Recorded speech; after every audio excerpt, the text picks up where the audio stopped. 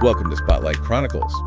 You asked about the story behind the 2025 NCAA Women's Tournament, more than just the final score. So today we're going to dive deep into ESPN's coverage, that huge championship game, and, well, what made this year's tournament pick? Let's get into it. Yeah, it's actually quite something how central ESPN is now. 30 years straight. For 2025, they were the exclusive home for Women's March Madness. 30 years, wow. Yeah.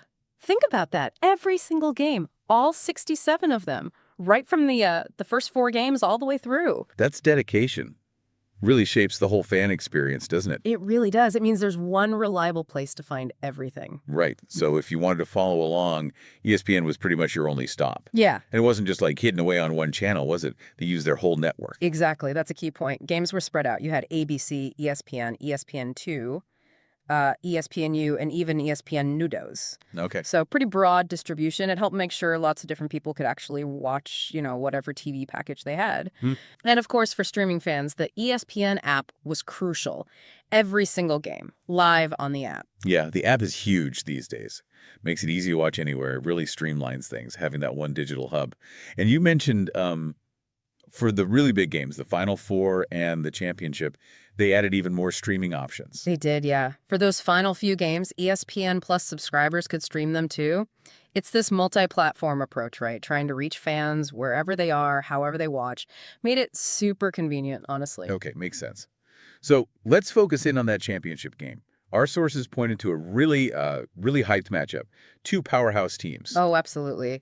The final, April 6th, it was the one everyone was kind of waiting for. You had the defending champs, South Carolina, taking on UConn. Okay, SC and UConn, classic. Yeah, and what made it compelling, besides the names, was the contrast. South Carolina's inside game versus UConn's guard play. Plus, they've had some real battles recently. Right, history there, high stakes. Definitely. It wasn't just another game. It felt like a clash of, styles in recent history. You could feel that buzz building. And ESPN didn't just jump straight into the game, did they? They built the whole day around it. Precisely. Yeah, they made an event of it. If you tuned into ABC, say, 2:00 p.m. Eastern, there was the NCAA Women's Championship Special presented by Capital One. The pregame show. Exactly. Essential for setting the scene. You get the analysis, the key players, the storylines, all that stuff to build the anticipation. Yeah, gets you totally prepped before tip-off. Oh. And then 3:00 p.m. Eastern was game time. That was it, the main event. The championship game itself, again presented by Capital One. UConn versus South Carolina, that was on ABC, so huge broadcast audience, and also streaming on ESPN+. Primetime slot on a major network. That says a lot about the women's game right now. It really does. Significant growth and visibility. But wait, there was also that other broadcast option happening at the same time? Something a bit different. Ah, yes. Good point.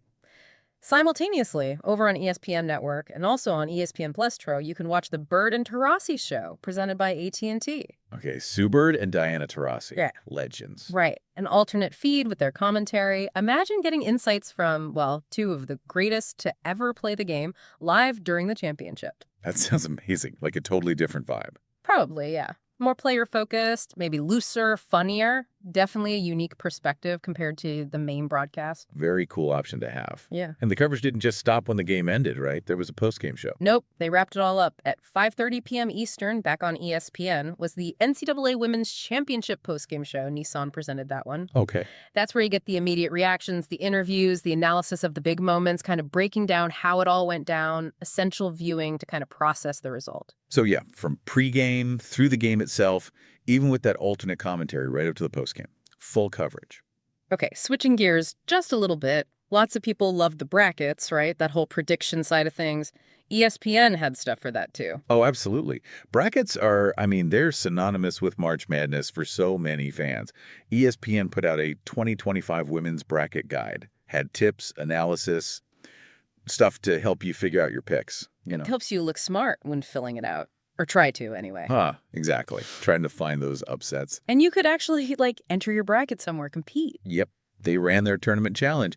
And the cool part was you could make up to 25 brackets for free. 25? Wow. Yeah, so you could really hedge your bets or have brackets for different groups of friends or whatever. It's just a fun, interactive layer on top of watching the games. Definitely boosts the excitement. No kidding. Okay, so beyond the tournament itself, if someone wants to keep up with women's college hoops all year round, ESPN's still a place. It seems like it, yeah.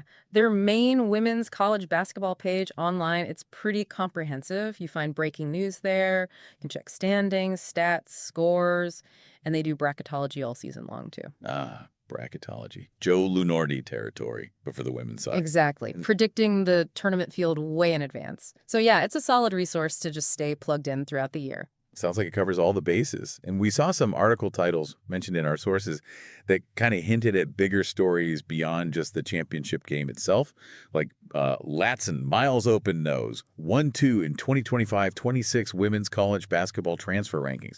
That points to the whole transfer portal situation. Yeah, precisely. The portal is a huge deal now, right? Reshaping rosters constantly. So those early rankings, they give you a first look at maybe who the big impact transfers might be for the next season. It shows the sport doesn't really stop. Always looking ahead. And then there was one like UCLA hype, USC uncertainty, UConn's quest for repeat. That sets up different team narratives. Yeah, exactly. It gives you that context. Like, okay, UCLA came in with high hopes.